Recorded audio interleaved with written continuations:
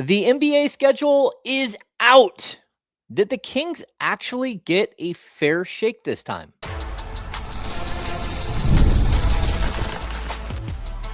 You are Locked On Kings, your daily Sacramento Kings podcast, part of the Locked On Podcast Network, your team every day. Welcome in. I am James Ham, your Kings insider for ESPN 1320, the Kings Beat, and host of Locked On Kings. Let's dive straight into our keys today. Also, hit that thumbs up button to help with the algorithm of life. Subscribe to the channel, all that stuff. First and foremost, let's dive into our first key is the nuts and bolts of the 2026-27 Sacramento Kings schedule. In the second block, we're going to dive into the first 20 games of the season, which was a major issue last year and might not be so much this year. So the good stuff, right? And then we're going to talk about where it gets rough, because the schedule does get rough. But luckily it's a little bit later in the season. So let's dive right into this. 82 games is 82 games. Everyone plays the same group of 30 teams. Every division plays their division rivals 4 times. Teams on the West Coast and East Coast have similar miles in the air. Teams in the middle of the country have it much easier. At the end of the day, there shouldn't be a huge disparity between one team and another, or one schedule from one year to the next. This isn't always the case, though, which we'll dive into in block 2, because last year there was a huge issue with the schedule. Absolutely huge. But let's first get through what the 2026-27 schedule looks like. The Kings open their regular season on the road in LA at the Intuit Dome on October 21st against the Clippers. That's kind of interesting. We have no idea what the Clippers will look like at that point. Will Kawhi Leonard be there? Will he still be a member of the Clippers but suspended? Will he be a member of the Toronto Raptors, and Brandon Ingram and Grady Dick are now members of the Los Angeles Clippers? We have no idea what is happening with that situation.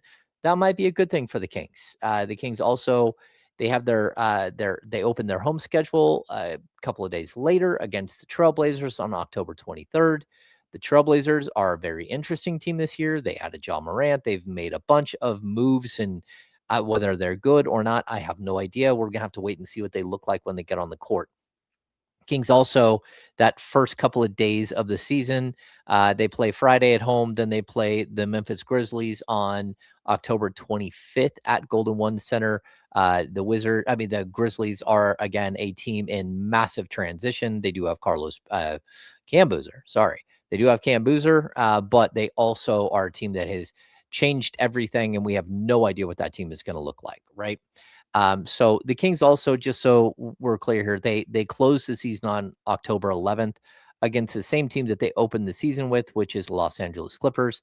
That's a whole other conversation we could get into, but I do like how the schedule this year is not just all of the Pacific Division early in the season, and again, the Midwest or whatever in the middle of at the beginning of the season, and then you don't play those teams ever again. I don't like when they unbalance the schedule.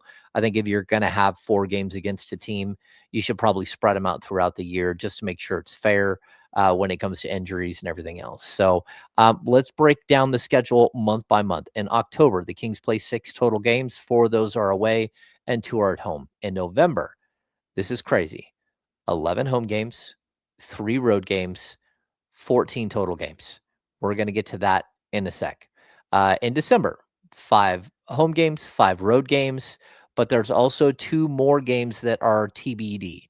They're part of the Emirates Cup, and we don't know when they're going to put those games into the schedule, but it will be a little bit down the road. This is where it gets a little scary. January, the Kings play 17 games, 7 at home, 10 on the road.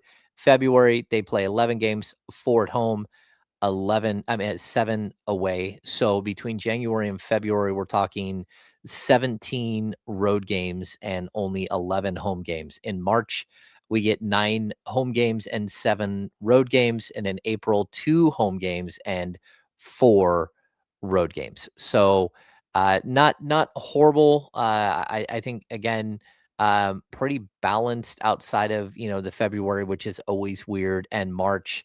Again, it kind of flips 9 games. There's usually more home games in March That's a bit of a change for this year. The longest homestand for the Kings is 7 games over 15 days in November. So not only do they have 7 home games, but they also have a very, very nice spaced out schedule during that time. So early in the season, they're going to be able to not just play at home quite a bit, but also have days of rest and days to really work out some of the kinks early in the season. So that's a good thing. The Kings have 2 5-game road trips, which is actually pretty solid. No 6, no 7-game road trip this year, which is spectacular. You remember those 7 games over 12 days, or 7 games over 16 days, where the team is gone for like half of the month of January. That doesn't really happen this year, which is a good thing. One of those road trips, the 5 games, are in January. The other one is in March. Um, Sacramento only has, as of right now, 2 games that will be aired nationally on TV. One is an NBC game, and one Peacock game. Both of those are away. All NBC games are going to be simulcast on Peacock. So that one NBC game is also going to be on Peacock, while Peacock games are simulcast on NBC Sports Bay Area / California. So that means that Mark Jones and Katie Christensen are set to call 81 of the 82 games, although there could be some interpretation here. Again, they have the one NBC game, and that also plays on Peacock. The Peacock games are also simulcast on NBC Sports, so it's possible that all 82 games will be on NBC Sports California, with Mark and Katie calling the games. We're gonna have to look at that a little bit closer as we get closer to that time frame. Okay, so the Kings have 14 sets of back to backs. 4 are home and homes, which are, that's crazy. 4 home and homes. Those are realistically, they're kind of the worst, because you're there all night and then you got to be there the next day. But then on top of that, they have 8 that are away, 1 that is home and away, which is a Clippers and Blazers away game, and then 1 that is home, away and home, which is a Lakers, and then come home to play the Celtics. It's actually pretty good. There are no trips to Utah on the second night of a back to back, or trips to Denver on the second night of a back to back. They do play those teams on back to backs, I believe, but no crazy home and road splits, because it's really tough to get into Denver and into Utah, get all settled after playing at home the night before, or trying to get out of there and then try to get home afterwards, because it's not a short flight. The Kings have their Emirates Cup games. We've got Friday, November 6th against the Spurs. We've got Friday, November 13th against the Trailblazers. Both of those are at Golden One Center. We also have Friday, November 20th at the Los Angeles Lakers, and Wednesday, November 21st at Golden State. So those are your 4 Emirates Cup games, if they somehow make it through that, which, again, the Spurs are going to be great this year, but you never know injury wise. The Blazers are going to be much improved, probably. The Lakers, I have no idea what the Lakers are going to look like. You lost LeBron James, you added a bunch of secondary pieces. We'll see. And then, of course, the Warriors. And if I'm being really honest with you, I do not think the Warriors are going to be very good this season. They have not made any moves, and Jimmy Butler is going to miss a huge part of the season. And, again, maybe the Porzingis thing works for a little bit. Al Horford is back. They just haven't done anything of note that would make you super convinced. Okay, so let's lastly, before we take a break, let's dive into a couple of the things, the games that people want to know. The Kings play Giannis and the new look Miami Heat in Sacramento on November 8th. So if you want to go see Giannis and Bam Adebayo play together, get your tickets now. LeBron James and the 76ers roll through Sacramento on December 29th. That's going to be a huge game. It's during winter break. They're going to flex price that game into oblivion. I would get tickets earlier if you want to see LeBron James in what could be his last trip to Sacramento, unless he comes back and plays another season. Um, the Celtics, who are always a huge draw, I don't, it's crazy watching all the sea of green every time the Celtics play in Sacramento. That game is on November 21st here in Sacramento. Wemby, Fox, and the Spurs come through November 6th for the first time. Darren Peterson and the Jazz drop by Golden One on December 27th. So again, in that sort of Christmas break time. Michael Brown and the Nets show up 4 days later for a December 31st, 3 p.m. game at Golden One Center. Mike Brown and the championship Knicks visit on January 8th. AJ DeBonsa and the Wizards don't come into town until March 2nd. That's a long time from now. All right, let's step aside. When we come back, last season, the first 20 games were brutal, and the Kings never, ever, ever, ever recovered. How does this season compare? We'll check it out. Running a business shouldn't feel like you're trying to connect a bunch of systems that were never designed to work together.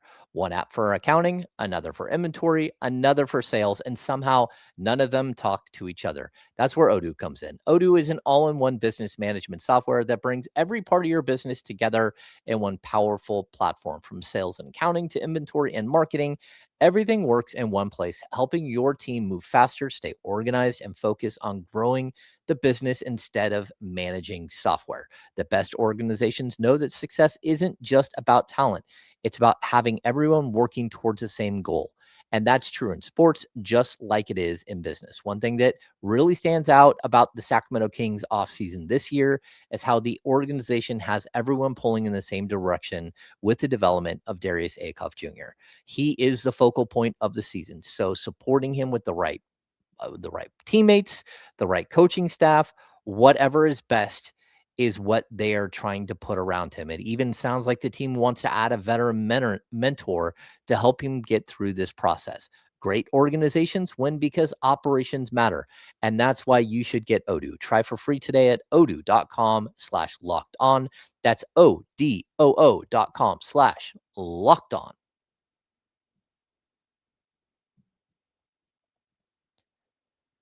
All right, Locked On Kings is part of the Locked On Podcast Network, now the number one sports podcast network. Thanks for making us your first listen of the day. So, again, all schedules are supposed to be created equal, and they aren't. And sometimes that's really difficult to explain. When the schedule came out last season, it was clear that the Kings were in trouble right out of the gate. The first 20 games were brutal, and it was something you could functionally see just by like looking at the schedule itself and going, "Oh no, they don't really have a shot at all. I don't know how this is going to go." So, some of the basic highlights from last year that I want to dive into so we can sort of compare and contrast.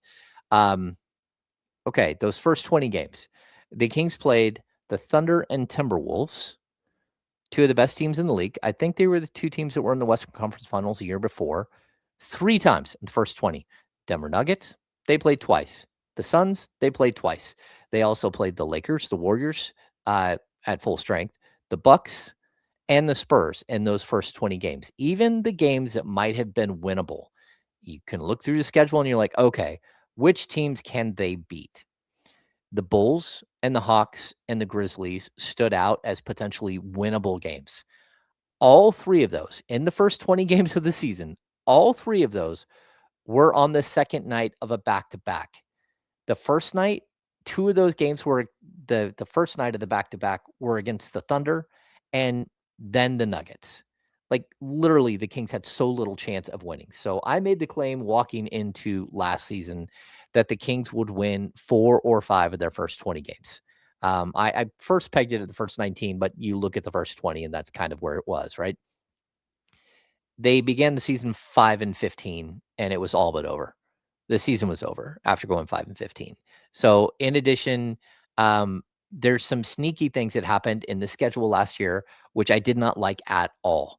First of all, the Kings opened the season on October 22nd, and they reached the 20-game mark on November 28th. So the Kings played 20 games in 38 days. That was an accelerated, crazy schedule by every standard. You can go back and look at the previous years. It was way too many games in way too few of days.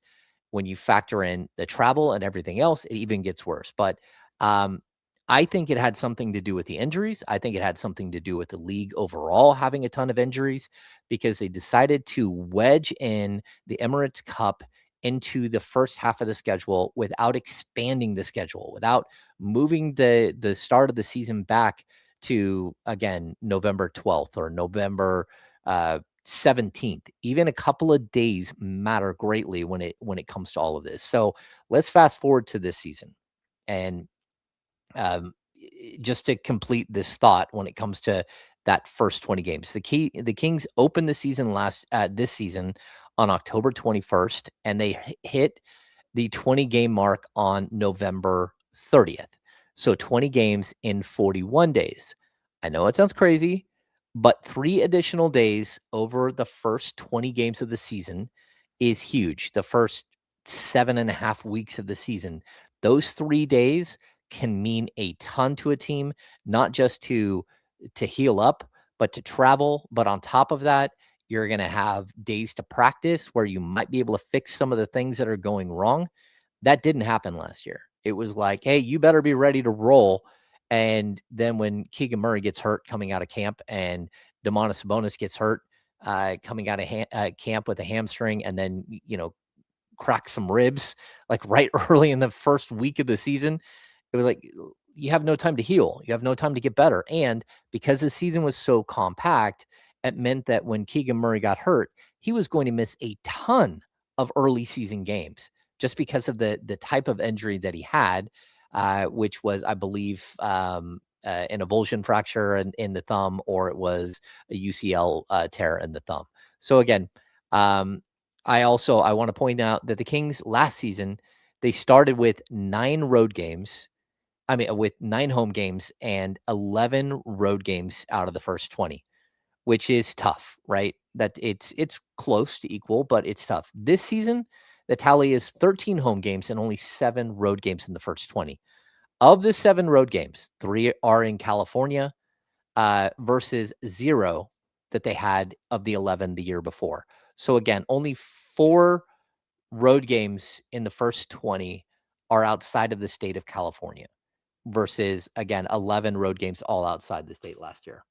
Again, Sacramento opens up with 2 home games, and then they have 5 road games in their first 7. That is a little difficult, but then it shifts. After playing the Mavs on November 2nd, the Kings have a season-long 7-game homestand, and their only road games are against the Warriors and the Lakers. So from November 2nd until the end of November, they have 7 they have a 7-game homestand, and they have all of these games, but only 2 are road games, and both of those games are literally within, an hour and 15 minutes of either driving or flying from Golden One Center, which is crazy. So that means, again, the Kings have played 3 road games and 11 home games in November, which is crazy. They don't leave the state. Well, they do. They leave it once at the very beginning of that. So the first 20 games aren't a cakewalk. I'm not saying that it's going to be easy. The Kings play the Spurs 3 times. They play Portland, who should be improved. They play them twice. They play the Lakers twice. They play the Heat, the Magic, the Thunder, and the Timberwolves. But the Kings also play the Grizzlies twice, the Pelicans twice, the Mavs, the Clippers, and the Warriors. I don't want to be like project this as like the Kings are going to win all these games. I'm not saying it's going to be easy, but when you do factor in the 3 extra days and a 13-7 home versus road versus a 11-9 road versus home split last season, the Kings might actually have a shot to win maybe 7 to 10 games of the first 20 coming out of the gate, which isn't that bad. If somehow they can be 500 or maybe even a game over coming out of the first 20 games of the season, it just changes the complexity of everything. It takes the stress off of everyone, and you get to play on. If you start the season 5-15 again, I hate to say this, but the Kings are going to have a difficult time getting to 20 wins, because anytime you look at a schedule that looks like this in the first 20 games, the NBA is going to hit you somewhere else. And look, I think they're going to have plenty of practice time. They're going to have plenty of nights in their own beds early on in the season. There are some tough teams, but it's possible that that first 20 games will not define the entire season, and they won't begin the season behind the eight ball, desperately trying to cling to life until things explode. So let's step aside. The lighter start to the season, that means that the schedule has to turn at some point, and we're going to dive into that next.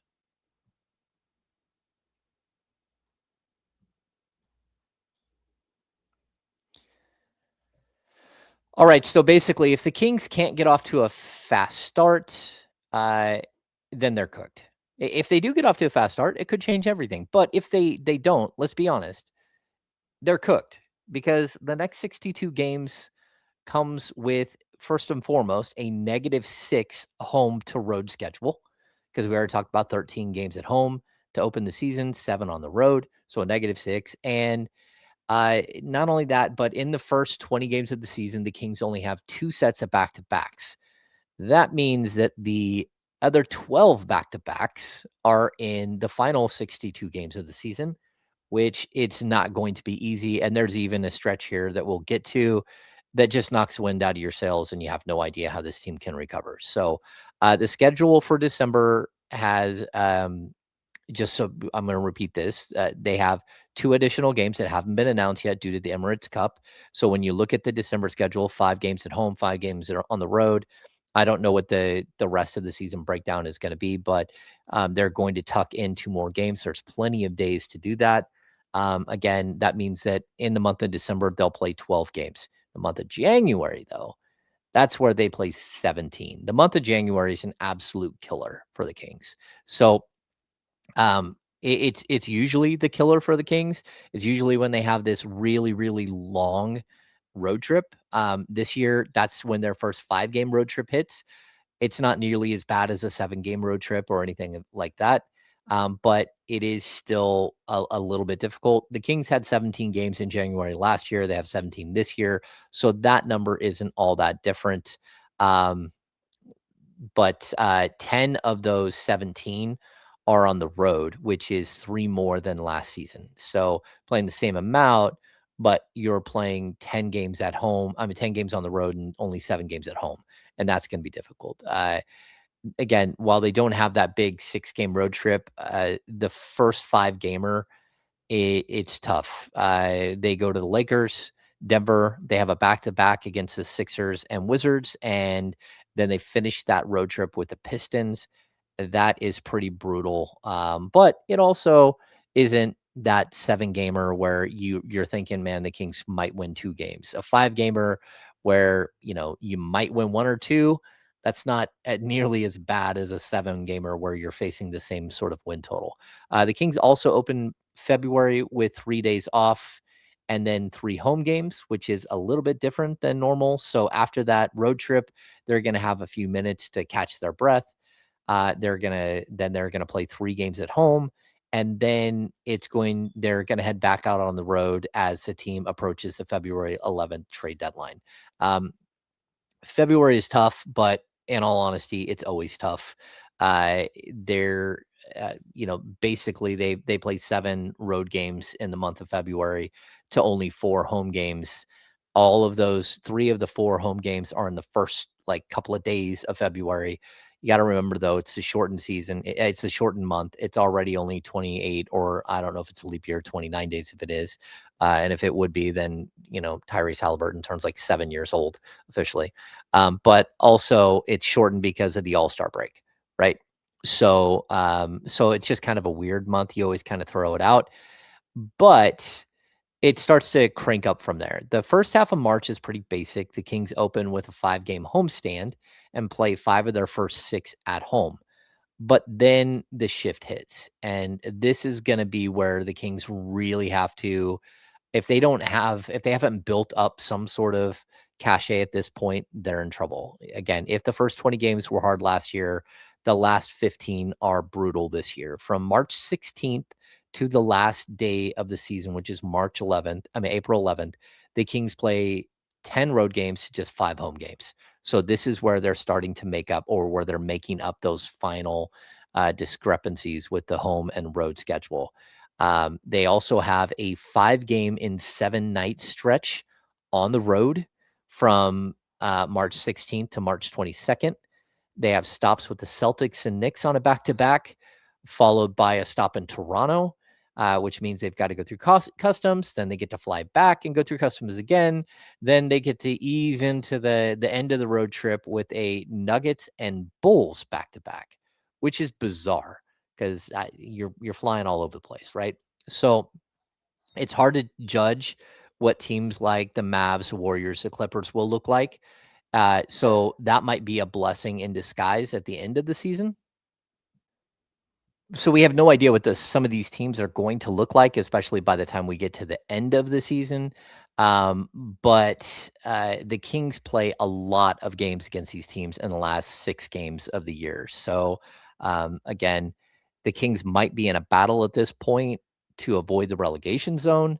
And that's why these long road trips at the end of the season can be deadly. And again, finishing the final 15 games of the season with so many road games is going to be tough. I hope that the Kings have built, again, some sort of cachet. So when they get to this point in the season, they're not just scrambling and looking up at the standings and saying, we're toast.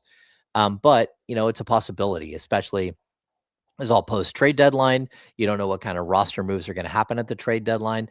And I'm really intrigued to see what happens in the final, 15, 20 games of seasons now, when again, that whole relegation zone is hanging over teams, because that's usually a point where you force feed young players into the rotation, and you really try to get some experience for those players heading into the offseason, so you have more of a barometer on who they are and what they can be. That's just not going to be the case anymore until they either, abolish this whole bottom 3 thing, or, teams just figure out how to get around it, and how to move forward and try to get players on the court late in the season. So I think it's going to be really, really interesting to see how the end of the season works out. I think it will also be predicated on, if the Kings survive the first 20 games and you start shifting into 5-game blocks, can they hold their own? Can they battle through a tough month of January? Can they battle through a brutal second half of March and finish this thing the right way? And I don't know what the answer is going to be to that, because we have to wait and see what this team looks like once they get on the court. And even then, I want to wait and see what this team looks like after February 11th, when the trade deadline hits. So anyway, I'll say this: the Kings might have to scrape and fight in the final month of the season against a very road heavy schedule.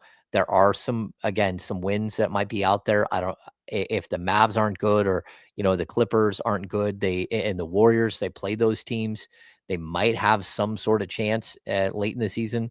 But I also know that 5 games in 7 nights in the 70s of the 82 game schedule is going to take any wind out of your sails that you have left. So it's going to be pretty tough. So we'll have to see. The trade-off for getting an easy first 20 games is the back half of the schedule is going to be brutal. And you kind of wish it was like that last year, when the Kings won a bunch of games that they shouldn't have won, and ended up moving from potentially the worst team in the league and a top 4 selection in the 2026 NBA draft to the number 7 spot. Still got a good player, but life would have been much easier if they would have been the first or second pick in the draft, which they were scheduled sort of to be up until the point that they got to the last month of the season, and the schedule was so easy that they won a bunch of games. So, all right, thanks for tuning in.